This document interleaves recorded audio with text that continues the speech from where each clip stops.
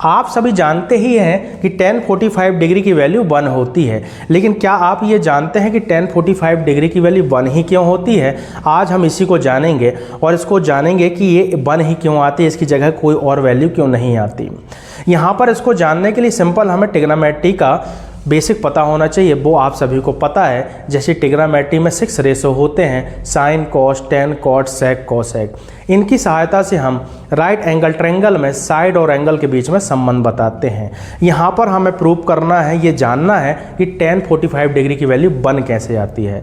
इसके लिए सिंपल हम राइट एंगल ट्रायंगल लेंगे, लेकिन यहाँ पर इसकी 2 साइडें इक्वल होंगी। देखिए इस प्रकार से होगा ये। यहाँ पर हम राइट एंगल ट्रायंगल ले रहे हैं और इसकी 2 साइड इक्वल होगी।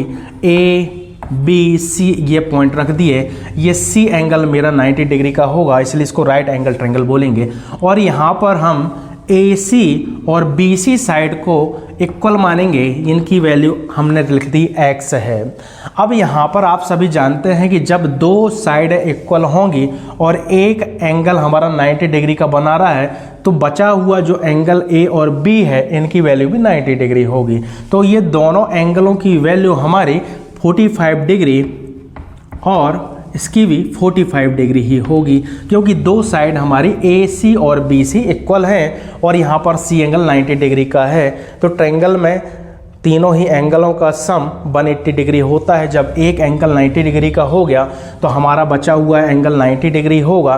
तो यहाँ पर 2 साइड जब इक्वल हो जाएंगे तो बचे हुए एंगल 90 पर ये 45 डिग्री के एंगल बनाएंगे। तो इस प्रकार से हमें ये पता चल गया। अब हमें ये जानना है कि tan 45 डिग्री की वैल्यू 1 कैसे आती है। तो आप सभी को पता है कि tan थीटा का रेशो होता है परपेंडिकुलर अपॉन बेस। अब यहाँ पर थीटा की जगह में मैं 45 रख देता हूँ, tan 45 डिग्री। अब देखिए 45 डिग्री ये एंगल ले रहा हूँ, तो इस एंगल के लिए हमारा परपेंडिकुलर हो जाएगा AC, परपेंडिकुलर की जगह मैं AC रख देता हूँ, और बेस हो जाएगा मेरा BC, तो मैंने BC रख दिया। अब देखिएगा tan 45 डिग्री AC की वैल्यू कितनी है? AC की वैल्यू मैंने बोला था कि x माना हूँ, और BC की वैल्यू भी कितनी है? x है।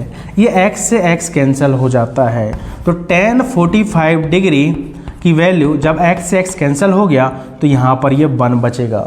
tan 45 डिग्री की वैल्यू इसलिए 1 आती है, इसलिए हमें ये याद करवाई जाती है।